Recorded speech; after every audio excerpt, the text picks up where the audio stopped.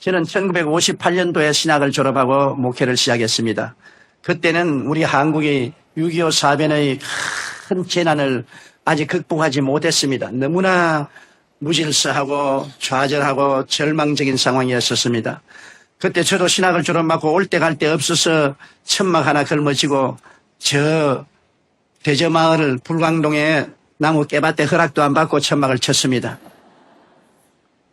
천막을 치고 난 다음 그 이튿날 주인이 와서 얼마나 호통을 치든지 주인 앞에 무릎을 꿇고 손을 비비고 백배사죄를 하고 비용을 내겠다고 해서 허락을 받고 24인용 천막입니다. 그것도 뭐 240명 들어갈 천막이면 몰라도 24인용 다 떨어진 천막을 치고 가마니를 깔고 복음을 증거하기 시작했는데 누가 와야 말을 하죠. 그때는 전라도나 경상도나 충청도에서 서울로 살려왔다가 못 산 사람들이 올 때 갈 데 없어서 값없이 나무 산비탈에 천막을 치거나 판자촌을 짓고서 온 것이 불광동입니다. 모든 사람들이 스키니를 넣고 있고 좌절하고 낙심했습니다. 술주정뱅이들, 창녀들, 공갈 협박꾼들, 폭력배들이 들끓는 곳이었습니다. 그곳에 가서 회개하고 천당 가라고 아무리 외친들 눈도 떠보지 않습니다. 아예 저들의 상황하고는 전혀 관계없는 그러한 세계를 제가 전파하기 때문에 그들에게는 복된 소식이 아니었었습니다.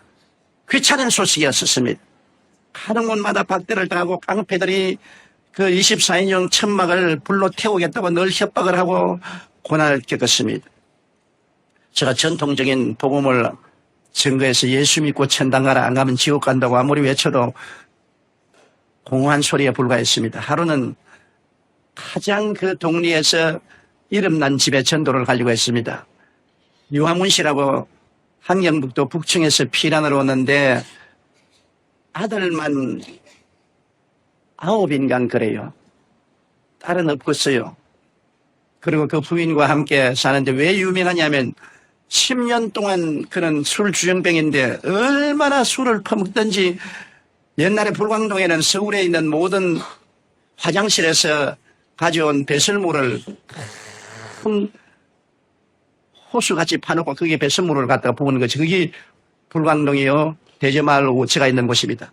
뭐 배설물 냄새가 하늘을 충천합니다. 그런데 그분만이 유독이 술 먹고 배설물 속에 들어가서 목욕을 합니다. 유명합니다. 그러면 그 부인이 와서 일꾼들을 시켜서 목을 새끼줄로 묶어서 배설물 속에서 끌어냅니다. 끌어내가지고서 개천에 가서 물을 덮어 씌워서 씻어서 집으로 데려오는 그러한 상황이기 때문에 유명하죠. 그리고 그 아들들은 전부 신발을 닦거나 나무 물건 훔치는 삶을 사는 대표적인 가난하고 굶주리고 소외되고 버림받은 가정입니다. 그런데 기도를 하고 그 집에 전도를 가겠다고 각오를 하고 찾아갔어요. 바로 찾아가서 문을 두드리는데 토담집인데 흙집입니다. 흙으로 지은 집에 조그마한 집이니까 요 사이는 그런 집 없어요. 기념관에 가봐도 못 찾아요. 그런 아주 가난한 집인데 다 무너져가는 집에 문을 두드리니까 그 부인이 문을 탁 여는데 얼마나 여겼던지 피골이 상접했어요. 누구요? 그래서 나는 저 이웃 마을에 교회를 개척하는 전도사인데 예수 믿고 천당 갑시다. 그러니까 나를 탁 누려보더니만 눈이 이글이글하게 분노가 꽉 들어찼어요. 나 천당에 가. 그래. 왜 천당을 안 갑니까? 예수쟁이 모두 거짓말쟁이. 천당에 가. 그래 내가 천당에 안 가려면 지옥에 가야 되는데 지옥에 가면 어떻게 합니까? 지옥불이 얼마나 뜨거운데요. 그러니까 지옥 좋아하네. 지금 내가 이미 지옥에 살고 있는데 무슨 지옥이야? 생각해봐. 우리 남편 10년 동안 알코올 중독으로 한 푼 돈 안 벌어오고 애들 9이 전부 길거리에 가서 나무 신발 닦고 나무 포켓도 훔치고 그렇게 해서 먹고 사는 내가 무슨 지옥이 겁니다. 우리 집에 와봐. 방 한 5평 될까 말까 하는 방에 이부자리 하나밖에 없어요. 내가 그 이름을 지어줬습니다. 백두산, 한라산 이불이라고. 왜 솜이 뭉쳐가지고 하나는 백두산이고 하나는 한라산. 그걸 아버지, 엄마, 애들이 다 함께 듣고 자고 뭐 완전히 거짓입니다. 그러니 그 부인 말이 맞아요. 지금이 지옥인데 이보다 더 뜨거운 지옥이 어디냐는 겁니다. 그러니 지옥 가지고서 그런 협박 공갈하지 말라. 이미 내가 지옥에 살고 있다. 그래 천당에 가야지. 그런 거짓말을 왜 하느냐. 천당에 죽고 올라가서 그렇게 좋은 것 같으면, 그렇게 좋은 천당을 죽고 난 이후에 줄 하나님이면 지금 살아있을 때 우리에게 조금 천당 왜 안 주느냐. 정말 하나님이 살아계시고 죽고 난 후에 그런 좋은 천당을 준다면 살아있을 때 우리에게 천당 좀 안 주냐. 우리 천당 어렵지 않다. 담요 몇 장에다가 끼니 쌀만 주면 그게 우리는 천당이다. 그 천당도 못 주는 주제에 무슨 하늘에 올라가서 기와 요초 만발한 곳에 산다는 것은 무슨 말이냐. 아예 나가라고. 억신 환경도 말로 나를 그냥 질타를 합니다. 내가 복음 전도를 갔다가 가만히 그 부인의 말을 들으니까 일일이 그 부인 말이 옳아요. 왜냐하면 지옥이 겁날 것 없는 건 지금이 지옥이야 사는 게. 그게 뭐 도저히 상상할 수 없어. 그리고 천당 그 부인 말 따나 정말 천당이 그렇게 아름다우면 왜 하나님이 그 천당에 몇 부분인 조그마한 천당, 그것도 과한 것 요구하는 천당도 아닙니다. 이부자리 담요 몇 장에다가 이복에다가 먹을 쌀만 좀 주면 그게 천당이겠다 했는데 그것도 못 주는 하나님이 앞으로 어떻게 기와 요초 만발한 아름다운 천당을 주겠냐는 것입니다. 나는 전도하러 갔다가 완전히 전도를 당해가지고서 내 마음에 회의가 꽉 들어찼습니다. 야, 내가 정말로 하나님을 잘 믿고 있는가? 정말 천당에 있는가? 뭐 그런 퀘션이 들어왔어요.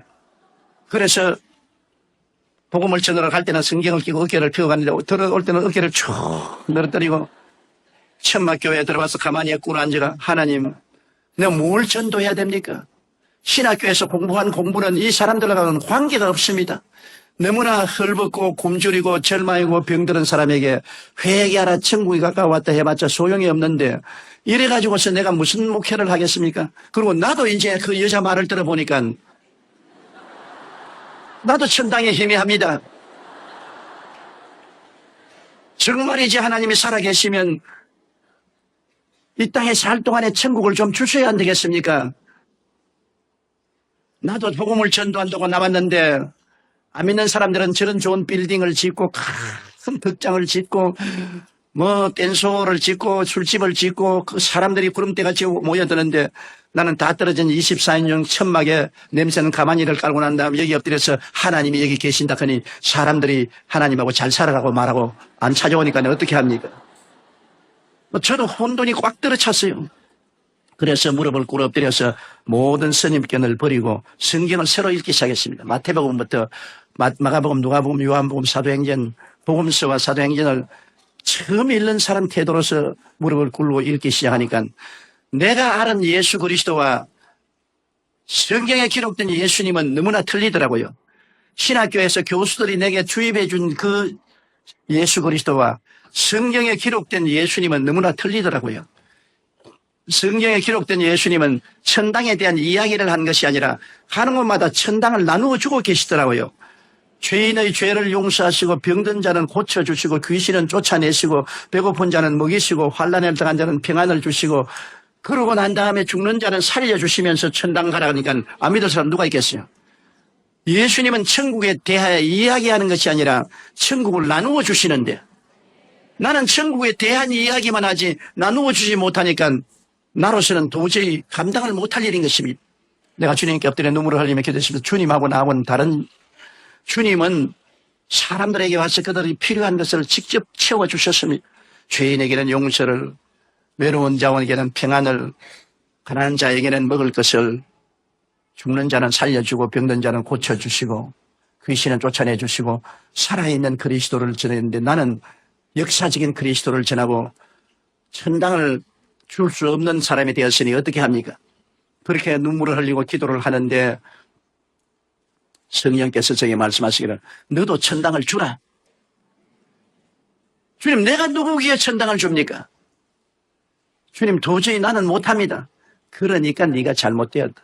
예수 그리스도는 어제나 오늘이나 영원토록 동일하시고 그가 오늘날 살아계서 너와 함께 있다면 내가 한 일을 네가 해야 될 것 아니야.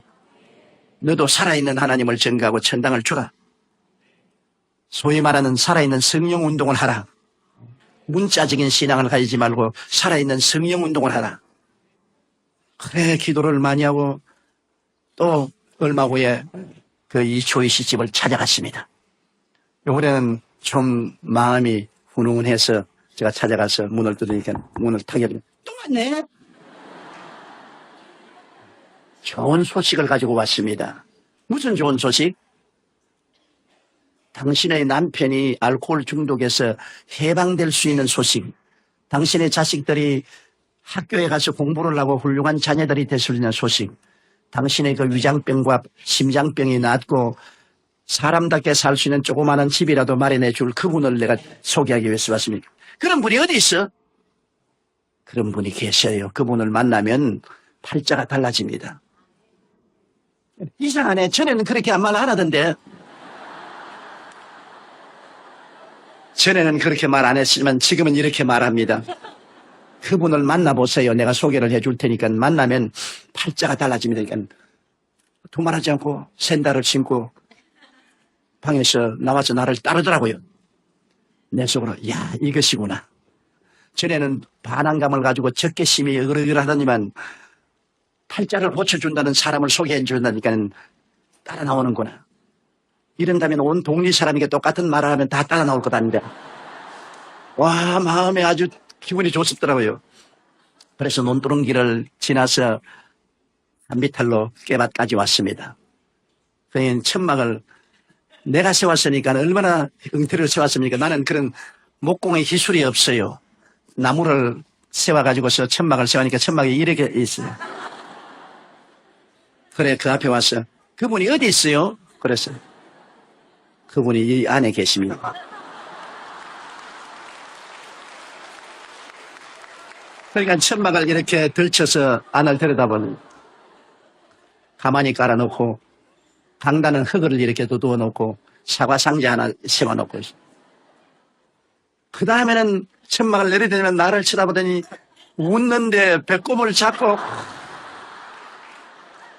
깔깔 웃더니만 그 다음에 말이 장관입니다. 날 보고 지 팔자나 내 팔자나 한 가지는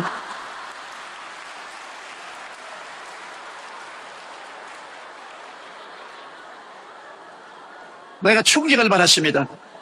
아이고 그러면 이제는 교회 안 나오면 어떻게 하냐 싶어서 그래서 맞았어요. 아주머니 팔자나 내 팔자나 한 가지입니다. 그러므로 아주머니와 내가 팔자를 고쳐볼 자를 만나야 됩니다. 함께 만나자고요. 그러니까 팔자를 고치는 자는 희망이 있으니까 안 떠나더라고요. 이야 사람들은 희망이 없으면 못 사는구나. 희망의 메시지가 중요하구나.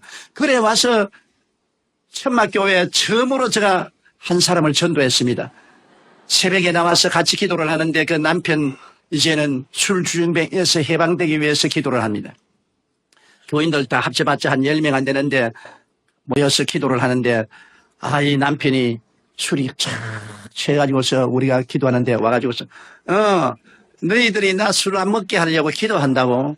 그날부터 술 맛이 얼마나 좋은지 말도 못하고 아주 여러분의 기도가 내 술안주야. 막 온 천막이 막 술 냄새가 확 납니다. 그러면서 술을 취했으면서도 그런 소리를 하면서 앉아있어 천막교회. 그러니 내가 낙심이 얼마나 됩니까? 나는 그 사람이 싹 해방될 줄 알았는데 술 맛이 더 있다 하는 바람에 기도를 하면 술 맛이 더 있으면 어떻게 하느냐. 그래도 불구하고 그 술이 만취가 되어서 그때부터는 교회에 나와요. 교회에 와서 온갖 잔소리를 다 하고 나에게 온갖 손가락질을 다 하고 그러다가 석 달을 기도했는데 그 부인이 하루아침에 그 애를 보내서 쪽지를 내가 바라보니까 우리 남편이 어제 밤새도록 도끼를 들고 다 죽인다고 야단법석을 하고 하더니만 오늘 혼수 상태에 빠졌으니 빨리 와주십시오. 나는 술주정뱅에서 해방된다고 했는데 혼수 상태가 되어 죽으면 어떻게 하냐. 그 길로 그냥 막 미끄러지면서 넘어지면서 뛰어가서 보니까 혼수 상태가 되어서 코를 확 골고 있어요. 내 생에 술 마귀가 이제 떠날라는구나. 그래 내가 그를 잡고서 나사렛 예수 이름으로 명하노니 알코올 중독의 원수 귀신아 나오라. 나오라.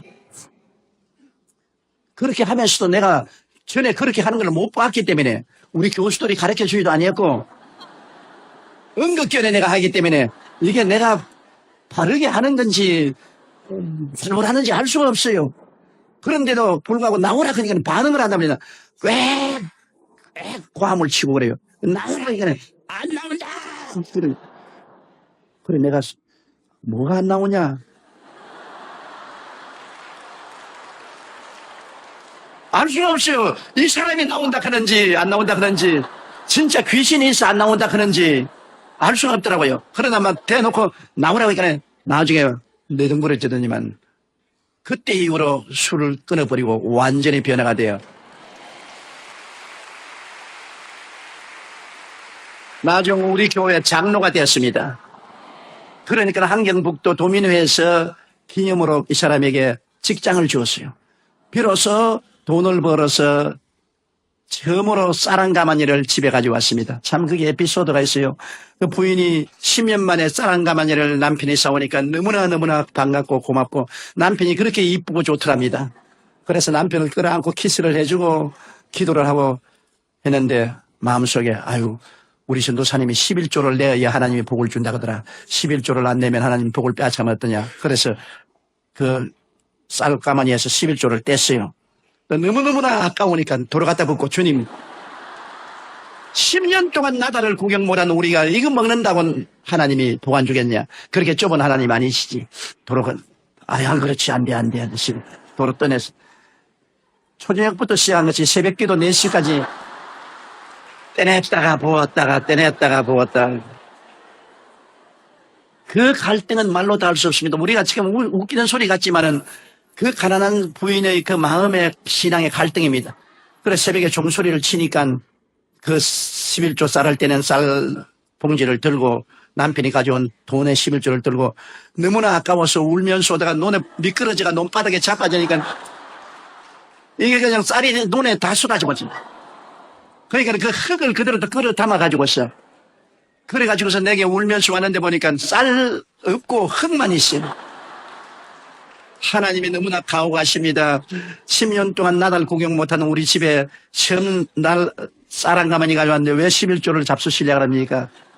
근데 손에 있는 돈은 얼마인지 모르겠어요. 떡이 돼버려가지고서 얼마나 꽉 쥐었던지 흙이 묻어가지고서 떡이 돼버린. 그래서 자매님 11조는 하나님이 빼앗아가는 것이 아닙니다. 11조는 내일에 더 많은 축복을 주기 위해서 심는 종자 씨앗입니다. 심어야 거두지 않아요. 심지 않고는 못 거두지 않아요. 자매님이 지금까지 가난한 것은 안 심었기 때문에 거둘 것이 없어 가난했는데 11조는 종자 씨앗으로 심으면 하나님이 주시는 것이므로 이것은 심어는 것이니 비록 모두 다 흙 속에 심어버리고 말았지만은 하나님이 받은 것으로 알고 축복합니다. 그날 이후로부터 시작해서 그 집에 쌀이 떨어지지 아니했어요. 그러고 난 다음에 그때 은크크라고 한국 부흥 유엔 전도단이 있어서 가난한 사람을 보증을 해주면은 융자를 주어서 집을 짓게 해줘요.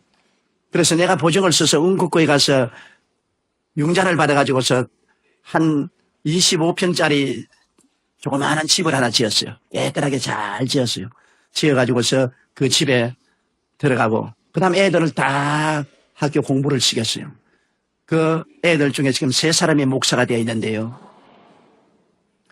완전히 예수 믿고 천당이 다가오는 것을 보았습니다. 그 이초희 권사님이 늘 하는 말이 우리는 예수 믿고 천당에 죽어서 있는 줄 알았는데 지금 천당에 왔다. 우리 가족들이 다 예수 믿고 구원받고 병 고침받고 이렇게 애들도 공부 다 하고 새 사람이 되었으니 얼마나 좋은가.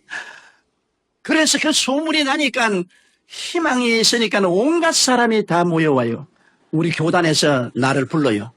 그리고 교단 내가 가니까 총회장 총무 교단 사람들이 모여서 너 요사이 병 기도하고 귀신 쫓아내고 무당짓 한다면서. 아니 무당짓 하는 것이 아니고 예수님이 성경에 기록된 것 성경의 말씀대로 이 가난하고 헐벗고 굶주린 사람에게 복음을 증거해서 이런 역사. 우리 교리로서는 그걸 인정할 수 없으니까 사표쳐라. 성령운동 하다가 그냥 쫓겨났어요. 그래 나를 사표를 수락해서 사표 쓰고 나는 기독교 대한 하나님의 성에서 쫓겨났어요. 무적자가 되었습니다. 그래가 낙심을 하고 있는데 겨울에 밤 12시쯤 됐는데 이 천막에서 사람이 와서 어떤 안진뱅이가 하나 와가 목사님을 전도사님을 찾는다 그랬어요. 지금 내 신세 고약한데 또 무슨 안진뱅이가 찾아왔냐.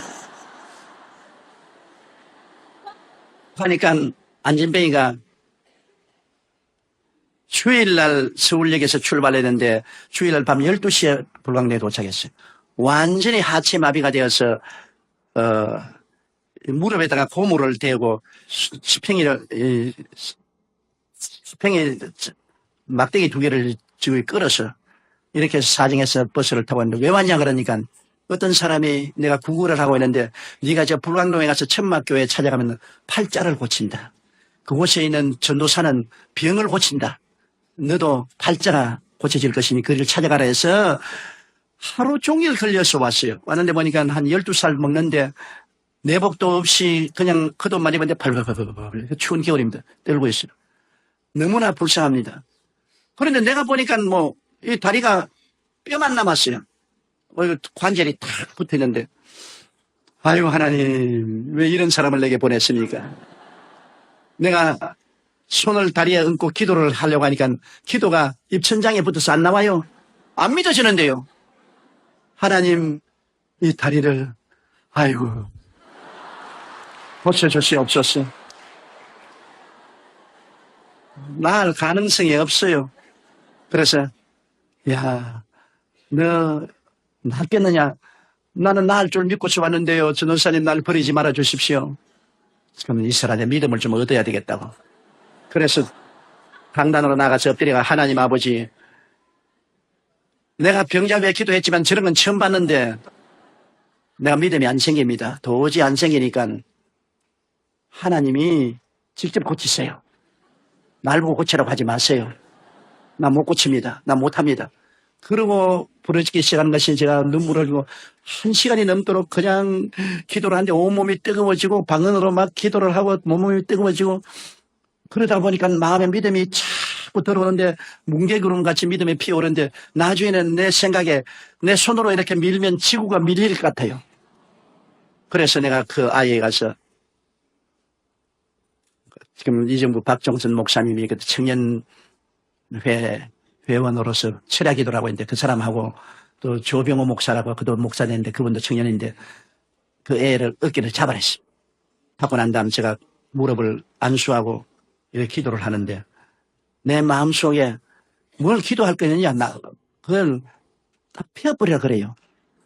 내가 무식하고 모르니까 범잡는다고 막 이 무릎을 무너진다 내 온 힘을 가지고 올라서 누르니까 뼈가 딱딱 크니까 얘가 와 이거 엄마 사람 잡네 그러더라고요.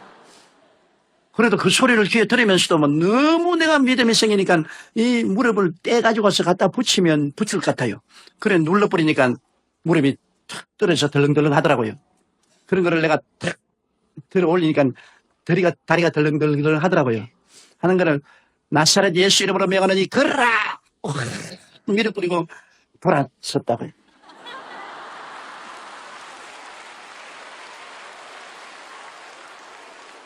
왜냐하면 내 생각에는 그건 뭐 꼬꾸라졌어요.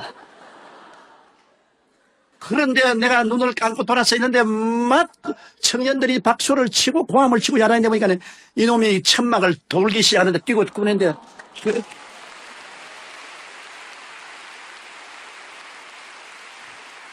니몬가의 안진뱅이가 베드로와 요한의 은혜로 일어선 것과 같이 걔가 그 다음 일어나가지고서 온 동리를 다 다니면서 말하는 거예요. 나 안진뱅이인데 일어났다고. 그러니까 순식간에 우리 천막이 안진뱅이, 전륜발이, 중풍병자, 폐병 환자 수용소가 되었었어요. 교회가 아니라 모두 병든 자, 가난한 자, 굶주린 자 이런 사람이 모였는데 회개하고 통성기도하고 성령이 와서 방언을 하지요. 그 다음 병정자가 낫지요. 하나님 기적이 일어나지요. 그러면서 나의 신학이 형성되기 시작했습니다. 사람의 신학이라는 것이 그 삶의 환경이 신학을 만들어내는 것입니다. 똑같은 예수님도 부자가 보는 예수님과 가난한 사람이 보는 예수님이 다르게 보는 것처럼 내가 그때 비로소 인간은 재난을 당한 존재군. 아담과 하와가 처음 지음을 받았을 때는 하나님이 정말 영혼이 잘됨같이 범사에 잘되며 강건하게 했는데 타락할 때 3대 재앙을 만났구나. 영적으로 죽었지요. 그 다음 범사의 저주를 받아서 땀을 흘려 먹고 사는 가난이 왔지요. 그 다음 너는 흑인이 흑으로 돌아가라. 흑으로 돌아가자니까 병들어서 죽지 않아요. 아담과 하와가 타락한 것은 3대 재앙이다. 그런데 예수님이 오셔서 십자가에 못 박인 것은 3중 축복을 가져왔다. 그 십자가에 못 박여 피를 흘리심으로 일생에 우리 죄를 다 청산하셨다. 죄의 값을 고통을 통해서 다 갚았다. 그가 저주를 받음으로 율법의 저주에서 해방시켰다. 갈라디아서 3장 13절에 그리스도께서 우리를 위하여 저주를 받아서 율법의 저주에서 우리를 속량하였으니 기록된 바 나무에 달린 자마다 저주 아래 있는 자라 하였음이라. 이는 아브라함의 복이 이방인에게 미치게 하리 함이라. 예수님께서 아담에게 내린 그 모든 저주를 십자가에 매달려서 다 청산하셨다. 그 다음에 제가 채찍에 맞음으로 너희가 나음을 입었다. 그리스도께서 우리 연약한 것을 친히 담당하시고 병을 짊어지고 가셨고 그가 채찍에 맞음으로 너희가 나음을 입었다. 병 고침을 받았다. 그래서 제가 그때 내 기초적인 신학이 형성된 것은 인간은 타락함으로 3대 재앙에 봉착했는데 십자가를 통하여 3중 축복을 받아 전행 구원을 얻게 되었다. 사랑하는 자여 내 영혼이 잘됨같이 범사에 잘되며 강건하기를 간구하노라. 우리는 여태까지 영혼 구원만 말했는데 영혼 구원만이 아니다. 시편 103편 오늘 읽은 말씀대로 내 영혼아 야훼를 송축하라. 내 속에 있는 것들아 다 그 성으로 송축하라. 내 영혼아 야훼를 송축하며 그 모든 은택을 잊지 말지어다. 사람들이 다 잊어버리고 있어요. 제가 내 모든 죄악을 사하시며 내 모든 병을 고치시며 내 생명을 파멸해서 구속하시고 인자와 긍휼로 관을 씌우시며 좋은 것으로 내 소원을 만족해 하사 내 청춘으로 독수리같이 새롭게 하시는도다.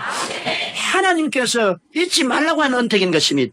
그래서 제가 그 단순한 신학이 정립되므로 놀라운 용기와 힘을 가지고 그 사람들에게 복음을 전하기 시작한 것입니다. 우리는 아담 안에서 3대 재앙을 만났으나 예수 그리스도 안에서 3중 축복을 받았다. 여러분 와서 회개하고 성령 받고 방언 말하고 하나님 은혜로 충만하면은 그 다음에는 하나님이 범사에도 축복을 주어서 저주를 제함으로 손으로 하는 일에 복을 주시고 병 낫는다. 단순하지요. 그러나 그 복음을 통해서 1958년도에 개척을 했는데 1961년도에 500명의 교인이 되었습니다. 그 500명의 교인들이 다 나가서 직장을 구하고 직장을 얻고 장사를 하고 술 마시지 않고 방탕하지 않냐고 잘 살게 되어서 그 사람들이 모여서 땅을 사고 교회를 지을 수 있게 만드는 것입니다. 나는 한 동리가 예수 그리스도의 3중 축복의 복음을 듣고 변화되는 것을 봤었습니다. 그 조그마한 동리가 완전히 변화되었어요. 예수님이 점령을 해버렸듯이. 1964년도 하루 저녁에는 설교하다가 설교 중간에서 쓰러졌죠. 막 심장이 그대로 막 뛰다가 그냥 딱 멈춰버린 거예요. 그래서 내가 강단에 쓰러졌습니다. 쓰러지니까 교인들이 절단 강단이 났죠. 교회 한 3,000명이 꽉 들어차 있는데 그 앞에서 설교하다가 말고 쓰러져 큰 대자로 들어 누웠으니까 이게 왜 말입니까? 보통 목사 같으면 그냥 한참 성령 운동하고 그냥 방언하고 병가인 기도하고 귀신 쫓아내고 하는 사람이 그 모양이 되었으니까 내가 쓰러지면서 말하기를 하나님 사무실에서 쓰러지게 하시지 왜 강단 앞에서 쓰러지게 하십니까? 그게 내가 마지막 기억입니다. 점잖하게 좀 쓰러지게 만들어주지 아니하시고 이렇게 하십니까? 그래서 적십자 병원으로 싣고 갔어요. 그래서 적십자 병원에서 나를 조사를 하더니만 어디에 손댈 것이 없다는 겁니다. 영양실조에다가 심장이 아주 나쁘고 그 다음에는 치질에다가 아주 폐병도 낫지 않는다가 신경쇠약에다가 어디에 손댈 것이 없다. 당신 이렇게 하면 얼마 안 와서 죽는다. 목회 그만두라. 그래서 집에 들어가서 들어 누웠는데 엘리베이터를 타고 끝없이 밑으로 떨어지는 그런 감정입니다. 도저히 견딜 수가 없는 고통입니다. 그래 내가 주님께 주님 있어요. 나는 이제 목회를 할 수가 없습니다. 이대로 죽을 수도 없고 너무나 원통합니다. 주님이 왜 다른 사람을 다 고치면서 나는 안 고쳐줍니까? 울어도 대답 없는 이름이요. 부르다가 내가 죽을 이름이요. 다른 사람 위해서 기도하면 성령께서 암이 나았다, 절름발이가 나았다고 내게 말씀을 해줬어요. 근데 내 병은 말하면 말씀을 안 해주신 것이 침묵입니다.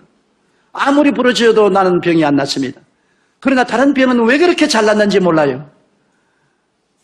그러니까 하나님께서 제가 말씀하기는 이제는 네가 목회를 하지 말고 교인들을 세워서 목회를 하라. 그래서 여러분 구역 조직은 제가 원조입니다. 주일날 여러분 내가 설교를 하는데 겨우 와가지고서 그때 7분 설교를 했어요. 서대문에 나왔는데 서대문에 2,000명 하는 교회에 10,000명이 넘게 나왔어요. 그런 가운데도 성령운동하니까 막 교인들은 막 구름대같이 모여오는데 나는 죽을 판이거든. 그래서 내가 성경에 바울을 말한 거 사망은 내 몸에서 역사하고 생명은 너희 안에서 역사한다. 나는 죽어가는데 생명의 역사는 성도들에게 더 일어나는 것입니다. 그래서 내가 보통 7분 설교를 했는데 3번 설교하고 들려서 사무실에 들어간 설교하다 쓰러지고 결혼 예식을 집행할 수가 없어요. 왜냐하면 신랑 신부 앞에서 잡아질라 하기 때문에 막 될 수 있으면 짧게 말을 하기 때문에 5분 만에 결혼을 끝마치는 것입니다.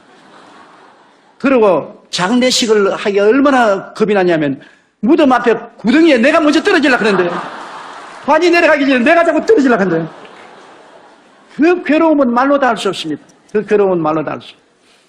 그래서 제가 하나님께서 네가 목회를 하지 말고 너는 평신도들을 가르쳐서 목회를 시켜라. 그래서 구역을 조직하기 시작해서 교회를 구역으로 나누어서 5가정씩 이렇게 나누어 가지고서 구역을 만들고 그러면 5구역이 모이면 지역을 만들고 이렇게 해서 교회를 맺겠습니다. 그 다음에 구역장 교본이나 적고 저는 주일날 설교가 난 다음에 다음 주일날까지 들어누워 있어요. 일어날 수가 없습니다. 너무 심장이 나쁘니까. 그 다음 다음 주일날 겨우 일어나가지고 와서 설교가 난 다음에 또 가서 또 들어누워 있고 그 고통은 말로 다 할 수 없습니다. 그런데 하나님은 참 어떤 데 보면 무자비하더라고요. 1964년도에 내가 들어누워서 고통을 당하고 있는데 너는 온 천하에 다니며 만민에게 복음을 전도하라.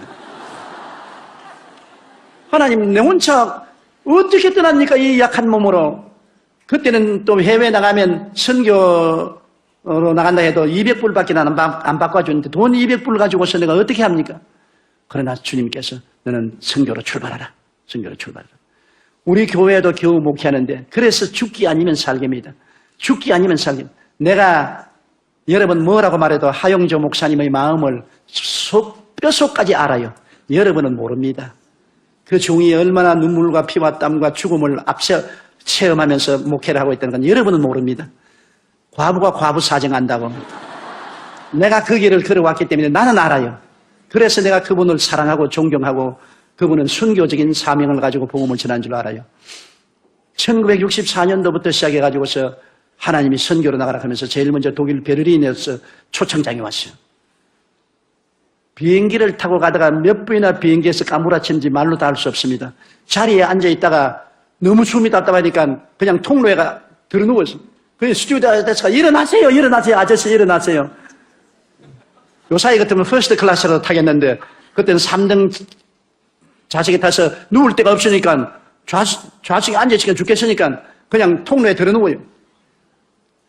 그래서 부흥에 가면 외국 사람들이 많이 있는데 내가 복음을 증거해야 되니까 약한 것을 보이면 안 되지 않습니까? 내 망신, 하나님 망신, 한국 망신을 하면 안 되기 때문에 그것이 갈보리 십자가에 매달리는 고통이었었습니다. 죽음과 삶의 경계를 가지고서 강단에서 설교를 합니다. 그리고 또 병자변 기도를 해요. 왜냐하면 나는 하나를 믿습니다. 내가 아무리 고통스러워도 말씀은 말씀이니까. 말씀에는 3대 재앙에서 주님이 3중 축복을 주셨으니까 영혼 구원과 저주에서 해방과 육신의 치료는 말씀이니까 난 말씀을 전해야 된다. 그래서 병자변 기도를 하면서 내 속으로 주님 나도요, 나도요, 나도요. 그런데 병자변 기도하고 나면 계시가 옵니다. 지혜 지식의 말씀이 옵니다. 암이 나았다, 절름발이가 나았다, 폐병이 나았다, 무릎 관절염이 나았다. 계시가 자꾸 옵니다. 그럼 그걸 내가 말을 해요 하면 막 일어나서 구름대같이 병이 났고 박수를 치고 나와서 뛰고 꿀리고 관쟁을 하는데 관쟁을 지금 들으면서 난 자꾸 쓰러지려고 그래요. 그래서 내가 호텔에 들어와서는 하나님 너무나 야박합니다. 나는 왜 내버려 둡니까? 주님, 저 사람들은 다 같이 고치면서 나는 왜 이렇게 고통을 당하게 합니까? 아무 대답도 없어요.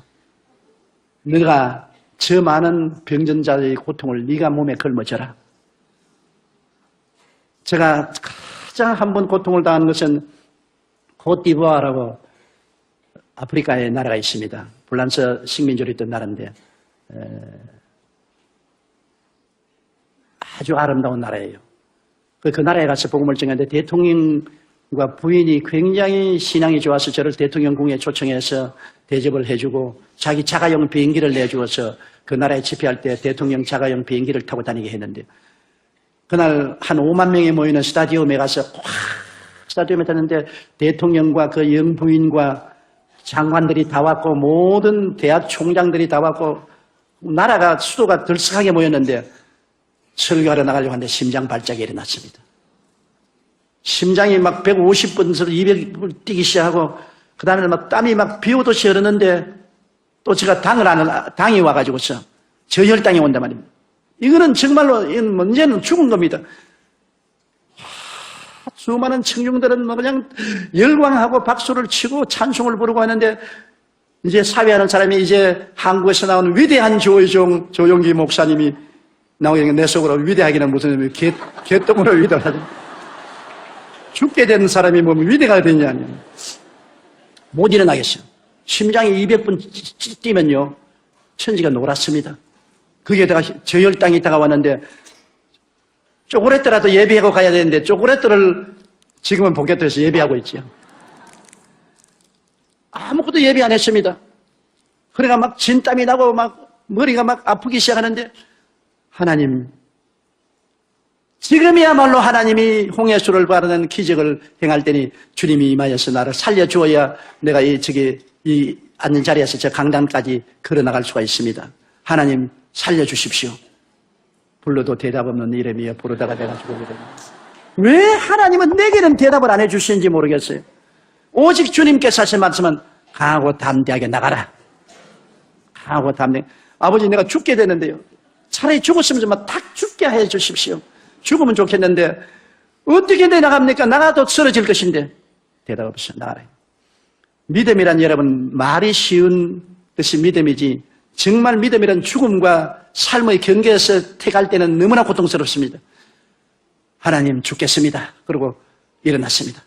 일어나가지고서 믿음으로 눈 감고서 걸어나가는데 계속 걸어나가서 그 많은 청중 앞에서 내가 기운이 너무나 없으니까 여러분 대통령 각하 내외분 여러분 오늘 이 자리에 오셔서 환영합니다. 사람들이 뭐라고 말하면 나중에 너무 신령해서 말도 적게 한대요.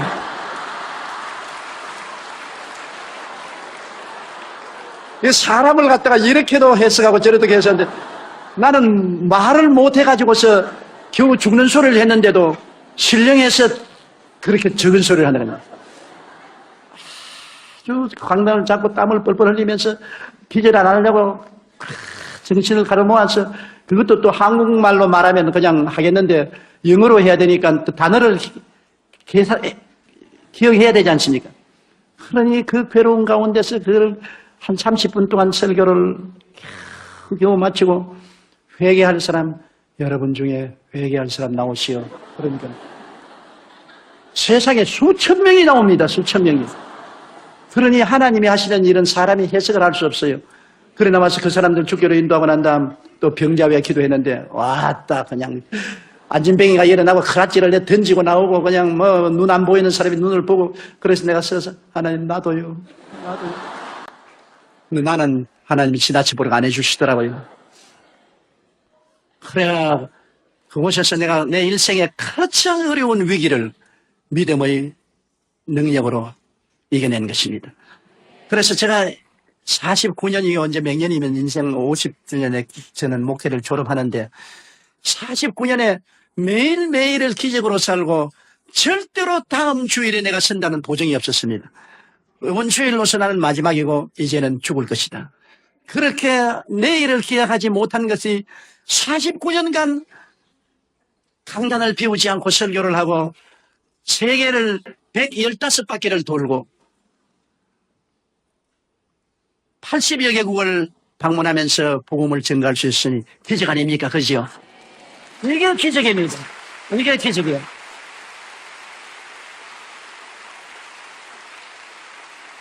나는 우리 교회가 5명의 성도에서 75만 명이 될 때까지 교회 자라는 것을 인조해 본 적이 없습니다. 교회가 자라는 건 몰랐어요. 언제나 강단에 설 때 안 넘어지려고 발부둥 치기 때문에 몇 명 왔는지도 몰라요.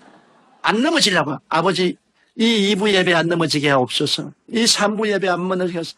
아버지, 4부 예배만 하고 죽더라도 안 넘어지게 해주십시오. 그러니까 교인이 많이 왔는지 적게 왔는지 전혀 몰라요.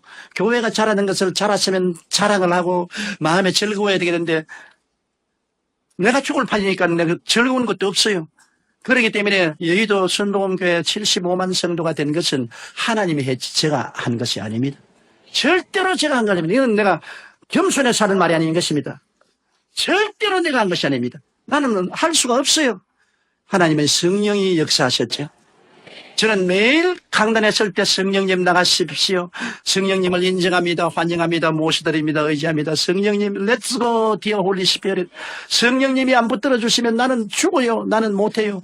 그렇게 한 것이 49년을 했으니까 내가 봐도 지금 돌이켜보면 너무 큰 기적입니다. 어떻게 해냈는지 도저히 상상할 수 없는 것은 성령의 능력이 아니면 할 수 없습니다. 거기에서 제가 배운 것이 있습니다. 하나님께서 십자가에서 그리스도를 통하여 우리에게 삼중 축복을 부어주셨는데 이 은혜는 이미 주신 것인데 우리가 누리는 것은 우리 마음에 받을 만한 그릇이 준비되어야 된다. 첫째로 생각입니다. 생각이 변화되어야 되는 것입니다. 나는 못한다, 안 된다, 할 수 없다, 부정적인 생각을 가지면 못해요. 제가 여태까지 버틸 수 있은 것은 베드로전서 2장 24절 제가 채찍에 맞음으로 너희가 나음을 입었나니 이 말씀 하나가 나의 생각을 붙잡아서 지금까지 버티어 주었습니다. 적막강산으로 너무나 고통스럽고 괴로워도 말씀은 진리다. 제가 채찍에 맞음으로 너가 나음을 입었다. 나는 이미 과거에 나음을 입었다. 지금은 나아가는 과정이다. 나는 지금 이렇게 괴롭지만은 이 말씀이 나았다고 하시 나는 나았다. 눈에는 아무 증거 안 보이고 귀에는 아무 소리 안 들리고 손에는 잡히는 거 없어도 성경에 말씀하기를 제가 채찍에 맞음으로 너가 나음을 입었나니라고 했으니 내가 나았다. 내가 나았다. 그럼 마귀가 와서 말하면 마귀는 몰라. 온 전신이 병투성인데 나 이미 하나님 편에서 볼 때는 내가 나았는데 지금 나아가는 과정이다. 그랬는데 최근에 와서 내가 한번 텔레비를 보는데 하영주 목사님 설교를 들으니까 은혜는 과거에서 이미 다 속하고 믿음은 현재 속에다. 너무나 내 마음에 버팀목이 되어줬습니다. 맞았어. 은혜는 이미 하나님이 과거에 다 주셨다. 이제 믿음이란 현재 내가 그것을 취하는 것이 믿음이다. 이미 나는 나았는데 현재 내가 믿음으로 그것을 진행형으로 지금 취하고 있는 것이다. 이 말씀이 없어서 생각이 내가 부정적이어서 나는 못한다, 안 된다, 할 수 없다, 나는 병자다, 나는 버림받았다 했으면 저 절대로 목회 못했습니다. 이 5대양 6대절을 다니면서 복음 전하지 못했어요. 여러분 병이 한두 가지입니까? 당으로 말미암아 저혈당이 오면은 정말로 기가 막히게 고통스럽습니다. 한 번은 일본에서 부흥회하고 비행기에 탔는데 비행기 안에서 저혈당이 와가지고서 죽을 뻔당했습니다. 그런데도 불구하고 당뇨병 환자는 제가 안수하는 쪽쪽 낫는다고요. 그 다음에는 또 제가 파킨슨 병이 와가지고서 온몸이 떨리기 시작합니다. 그러니 명주문이에요. 그런데 하나님께서 영광을 받기 위해서 나에게 지극히 약하게 만들어 놓으시고 하나님의 은혜가 와서 건강한 사람 10배, 20배 더 일을 하게 만들어 놓으십니다. 나하고 같이 부흥회 해외 출장을 가서 집회를 하면은 돌아오면 내가 같이 간 장로님과 조의 종들은 다 늘어집니다.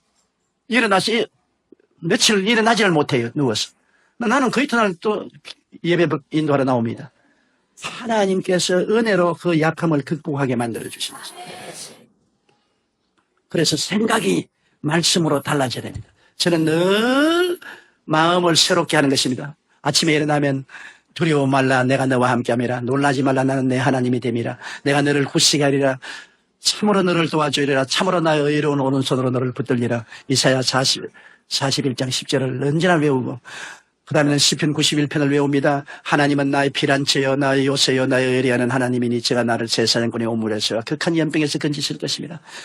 그가 그 깃으로 나를 덮으시니 내가 그 날 아래 가리로다. 그의 진실함은 방패와 손방패 되니 밤의 놀램과 낮에 흐르는 살과 흑암 중에 해하는 연병과 백주의 황폐케 하는 파멸을 두려워하지 아니하리로다.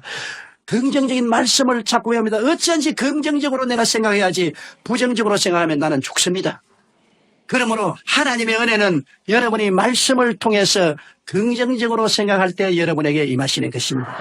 말씀을 통하지 않고는 긍정적이 될 수가 없어요. 성경 말씀만이 여러분을 긍정적으로 생각할 수 있도록 만들어주는 것입니다. 말씀이 생각을 변화시켜 주는 것입니다. 둘째로 여러분 자화상을 올바르게 가져야 됩니다. 사람들마다 자기가 거울을 들여다보듯이 영적으로 자화상을 가지고 있는 것입니다. 자기가 어떠한 사람인 것을 늘 바라보고 있는 것입니다. 나는 못난 사람이다. 나는 힘없는 사람이다. 나는 패배자다. 실패자라고 자기를 보고 있는 사람은 절대로 성공하지 못합니다. 자화상이 강해야 되는 것입니다. 자화상이 그리스도 안에서 변화되어야 되는 것입니다. 그러므로 이 자화상은 십자가에서 저는 늘 내 자화상을 서로 바랍니다. 십자가가 나의 새로운 거울입니다. 나는 용서받은 의인이다. 나는 그리스도를 통해서 거룩하고 성령 충만한 사람이다.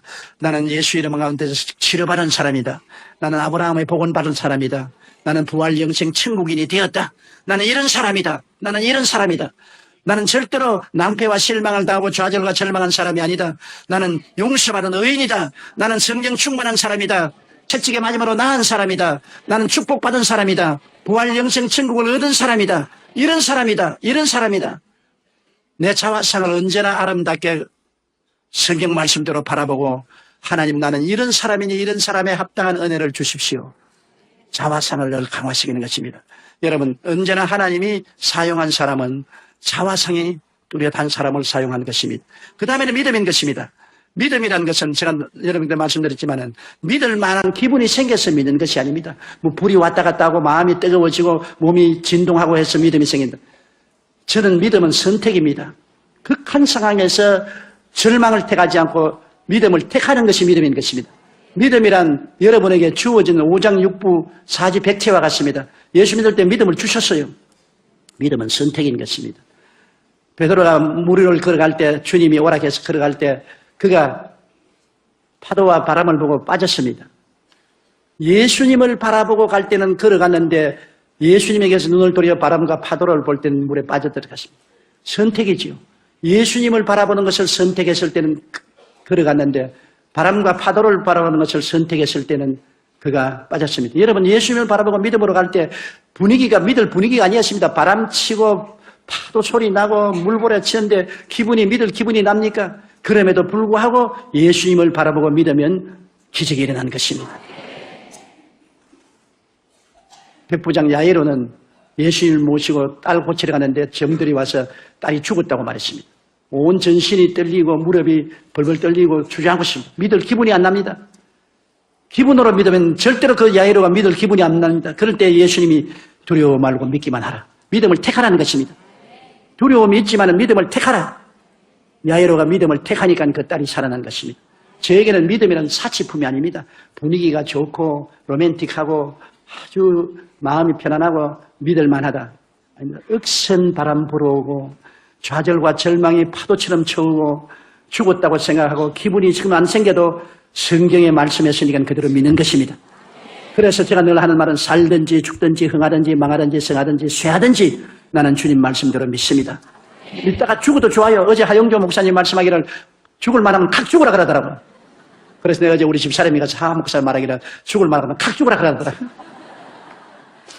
죽는 건지 여러분 겁날 것 없습니다. 죽으면 천당 갈 테니까 죽으면 겁내지 말고 죽으면 돼요. 믿음이라는 것은 아무 눈에 아무 증거도 없고 귀에 들리는 소리 없고 손에 잡히는 것 없고 감각이 없어도 믿음을 선택하는 것입니다. 나는 믿기로 작정을 했다. 그러면 기적이 일어나요. 나 보세요. 믿을 만한 기분이 전혀 안 생겨도 믿음으로 병자 위에 기도하면 병자들이 수없이 낫는다고요. 엄청난 기적들이 일어난다고요. 어떤 데는 내가 도저히 이럴 수가 있느냐고 할 정도의 기적이 일어난다고요. 그거는 믿음의 말씀대로 하기 때문에 그런 것입니다. 믿음은 선택입니다. 마지막으로 언어라는 것은 여러분 정말로 중요한 것입니다. 내 입의 말로 내가 묶였으면 내 입의 말로 내가 사로잡힌 바 되었다고. 내가 부정적으로 말하면 부정적인 세력이 나를 묶습니다. 내가 부산에 잘 아는 이제 천국 가셨지만 김성근 장로님이라고 내 신경학계의 세계적인 권위자입니다. 미국 존 소프킨스 대학교 교수로 있었는데 그분이 하루 나에게 아침 식사를 하면서 이런 말을 조 목사님 내 목회에 도움되는 말을 좀 해주겠다고. 내가 뇌 수술을 해보면은 어느 중추신경에 손을 딱 대면 모든 몸의 신경이 다 반응을 한다. 어느 중추신경이 모든 다른 신경을 지도한다. 그러므로 사람들을 변화시키려고 하든 말을 변화시키면 모든 행동이 따라옵니다. 어느 중추신경이 다른 신경을 지배합니다. 그래 내가 끌끌끌 웃었어요. 아니 목사님 왜 웃습니까? 김 박사님이 내게 말씀하기 전에 난 옛날부터 알아요. 어떻게 합니까? 야고보서에 혀는 적은 것이나 온몸을 의거한다고 말했어요. 야고보서에 벌써 지금 2000년 전에 혀를 의거하면 온몸을 의거한다고 그랬어요. 어느 중추신경이 온몸을 지배한다고. 그와 같이 내가 못한다면 온몸이 다 못해요. 내가 할 수 없다면 온 신경 전체가 다 할 수 없다고 생각해요. 죽는다고 생각하면 온몸이 다 이제 죽으라고 명령이 내려왔으니 죽자 그럽니다. 언어가 여러분의 현재를 만들고 미래를 만드는 것입니다. 그러므로 언제나 긍정적인 말을 해야 돼요. 내가 땅에서 매면 하늘에서 매일 것이요 땅에서 풀면 하늘에서 풀립니다. 죽고 사는 권세가 혀에 있으니 혀를 사용하게 정하는 그 열매를 먹으리라고 말하는 것입니다. 그렇기 때문에 우리가 항상 하나님 말씀으로 교육하고 말씀으로 말을 해야 되는 것입니다.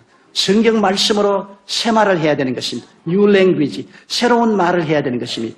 그러므로 여러분께서 언제나 성경 말씀에 기록한 대로 나는 용서받은 의인입니다. 나는 성령이 같이 계십니다. 제가 첫째의 마지막으로 내가 나음을 입었습니다. 나는 아브라함의 복을 받았습니다. 나는 부활 영생 천국을 얻은 사람입니다.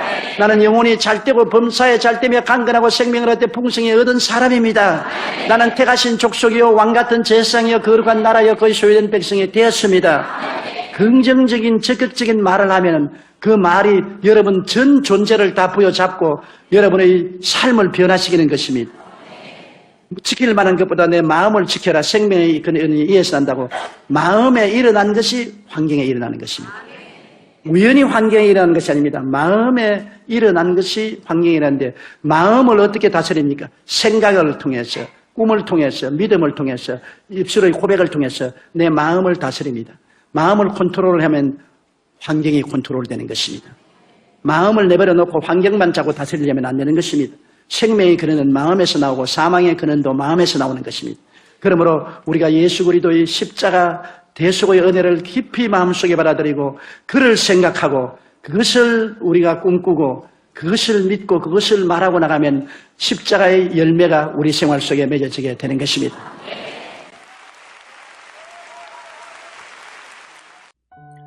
은혜 많이 받으셨다면 아멘이라고 댓글에 남겨주세요.